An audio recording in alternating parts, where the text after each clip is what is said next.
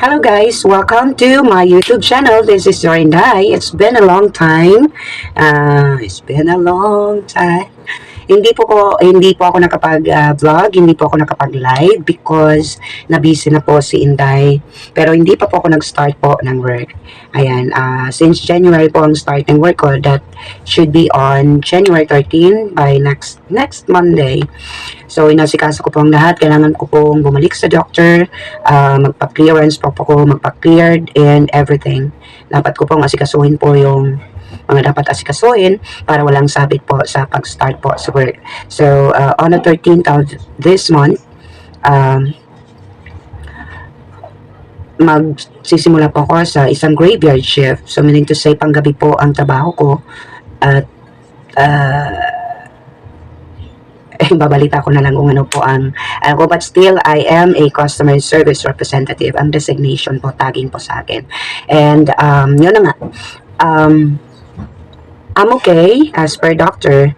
Pwede na po akong makapagtrabaho, pwede na po akong umano po sa pagpupuyat, but then again, yung mga tinitake ko po everyday, especially po yung mga vitamins po, dapat ko pong i-take talaga.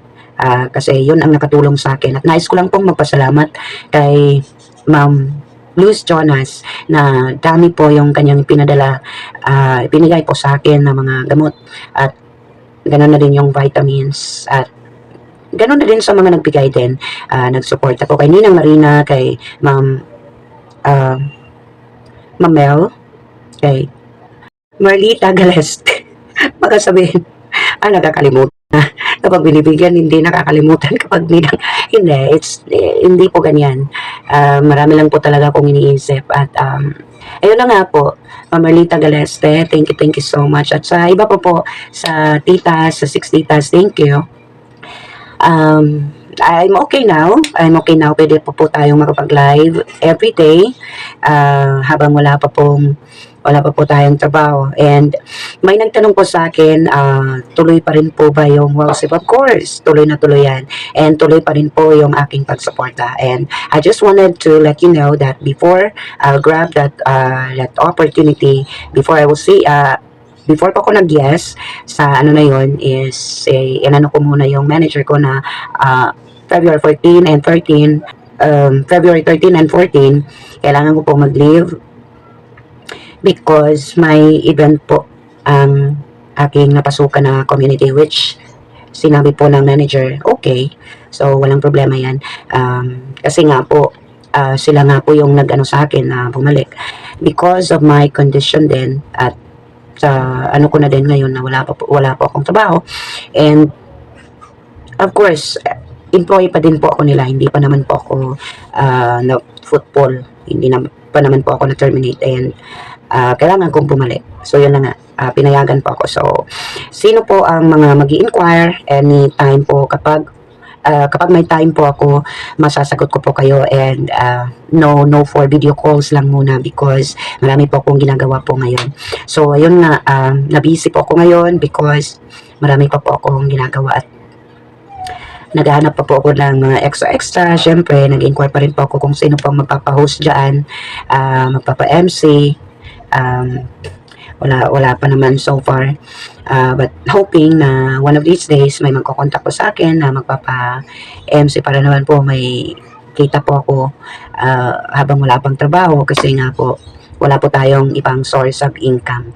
So yun na nga, babalik po ako sa trabaho na 13, and hindi po kayo dapat mag-alala about po sa WOW. I am here to support you always, guys. Of course, my family, kabunso, maraming salamat at malaking utang na loob ko po sa ating founder na si Migs Molino, kasi ako po ay nakilala, of course, nagkaroon po ako ng mga kaibigan at maraming blessings po. Hindi naman marami, but para sa akin marami na, kasi contented na po ako sa anyways, good luck para sa akin at good luck para sa ating Wow Cebu. May nag-message, may nag-comment siya na sana parehas daw sa kasaya anong last Christmas party. Of course, yung Christmas party is ibang-iba yung saya dyan. Kasi nga, ini-enjoy natin yung season. Okay? Iba talaga yung saya sa Christmas party at sa ibang event. So, hindi natin dapat yan ikumpara. But, gagawin po namin ang lahat na maging masaya po, maging successful po ang aming Wow Cebu. So, para po sa mga gustong mag-attend dyan, ng mga kabunso na medyo malapit-lapit po sa Cebu or even sa Maynila na gusto pong pumunta ng Cebu, welcome po kayong lahat dito. Just drop na message, kasapin niyo po ako for registration and then for payment kay Ma'am Lenny Licaros. And, para naman po sa ating venue, soon to be announced po ni Bunso. Patience lang po mga kabunso. Hintay-hintay lang po tayo kasi hindi po tayo dapat magpabida-bida. Mahirap na maging Jollibee. Jollibee tayo laging bida. So paunahin natin yung founder natin na mag-announce kung ano po saan pong venue, hindi po manggagaling po sa atin kay Bunso. Dapat yan. Okay? At tinitimpla pa po yung tarpaulin. So, yung tarpaulin na yan na temporary na nakikita nyo po sa mga live po ni Sir Sitinche at sa mga pinupost po sa Facebook is just a temporary tarpaulin or a backdrop. Meron po talaga kaming bagong backdrop na pinapalitan po yung picture ni Bunso at yung background po talaga, yung mga spots po ng Cebu. So, yun lang po. Yun po yung reason bakit po ako hindi po nakapag-live because busy po si Inday. Okay? So that's all for today. This is your Inday. Mabuhay po kayong lahat. Happy Valentine's in advance. God bless. Happy New Year.